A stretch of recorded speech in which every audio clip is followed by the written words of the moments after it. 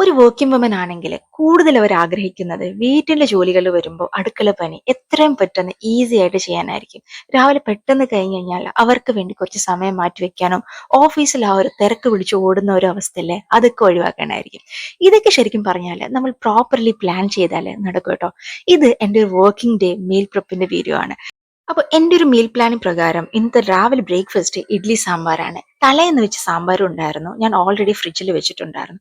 അതുകൊണ്ട് രാവിലെ എണീറ്റ് ആ ഒരു ബ്രേക്ക്ഫാസ്റ്റിന് അത്ര പരിപാടി ഒന്നും ചെയ്യാനില്ല. ദോശമാവയ്ക്കുള്ള മാവാണെങ്കിലും ഇഡ്ലിക്കുള്ള മാവാണെങ്കിലും തലേന്ന് നമുക്ക് ചെയ്ത് വെക്കാൻ പറ്റും. അപ്പൊ ബ്രേക്ക്ഫാസ്റ്റിന്റെ ആ ഒരു ഉണ്ടാക്കുന്ന ഒരു ടൈം അത്ര പെട്ടെന്ന് കുറഞ്ഞു കിട്ടി.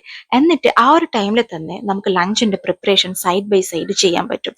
അപ്പോൾ എനിക്ക് കൂടുതൽ ബിസി ആവുന്ന ദിവസങ്ങളിലാണെങ്കിൽ മൾട്ടിപ്പിൾ കറീസ് ഞാൻ ഒഴിവാക്കിയിട്ട് ജസ്റ്റ് ഒന്ന് രണ്ട് ഐറ്റംസ് വെച്ചിട്ടായിരിക്കും അഡ്ജസ്റ്റ് ചെയ്യാൻ നോക്കുക. അപ്പൊ ലഞ്ച് മെനുവിൽ വരുന്നത് ടൊമാറ്റോ റൈസും പിന്നെ വന്നിട്ട് പൊട്ടറ്റോ ഫ്രൈയും പിന്നെ ഒരു ഫിഷ് ഫ്രൈയും വരുന്നുണ്ട്. ഇതാകുമ്പോൾ കറീസ് മൾട്ടിപ്പിൾ ആയിട്ട് നമുക്ക് ചെയ്യേണ്ട, ലഞ്ച് ബോക്സിൽ കൊണ്ടുപോകാനും എളുപ്പമായിരിക്കും. റെസിപ്പീസ് സ്പെസിഫിക്കലി ഇതിനകത്ത് മെൻഷൻ ചെയ്യുന്നില്ല, എന്റെ ലോങ് വീഡിയോയിൽ ഞാൻ യൂട്യൂബിൽ അത് മെൻഷൻ ചെയ്തിട്ടുണ്ട്, വേണമെങ്കിൽ ചെക്ക് ചെയ്ത് നോക്കാം. എന്നിട്ട് നമുക്ക് ഡിന്നറിനാണെങ്കിൽ നേരത്തെ പ്രിപ്പയർ ചെയ്തിട്ട് വെച്ചിട്ട് പോകാൻ പറ്റും കേട്ടോ. അപ്പൊ ഡിന്നറിന് ഇന്ന് പ്ലാൻ ചെയ്തിരിക്കുന്നത് ബീഫ് കീമായും പിന്നെ ബ്രെഡ് ടോസ്റ്റും ആണ്.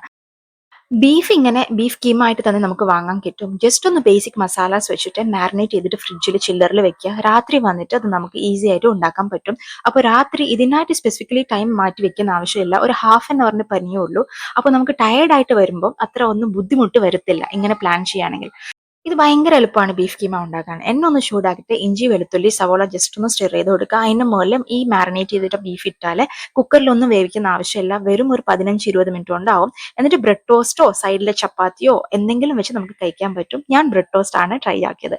So hope you like this vlog. അപ്പോൾ ഇതുപോലെ പ്ലാൻ ചെയ്യുക when you are busy on a working day. Thank you for watching.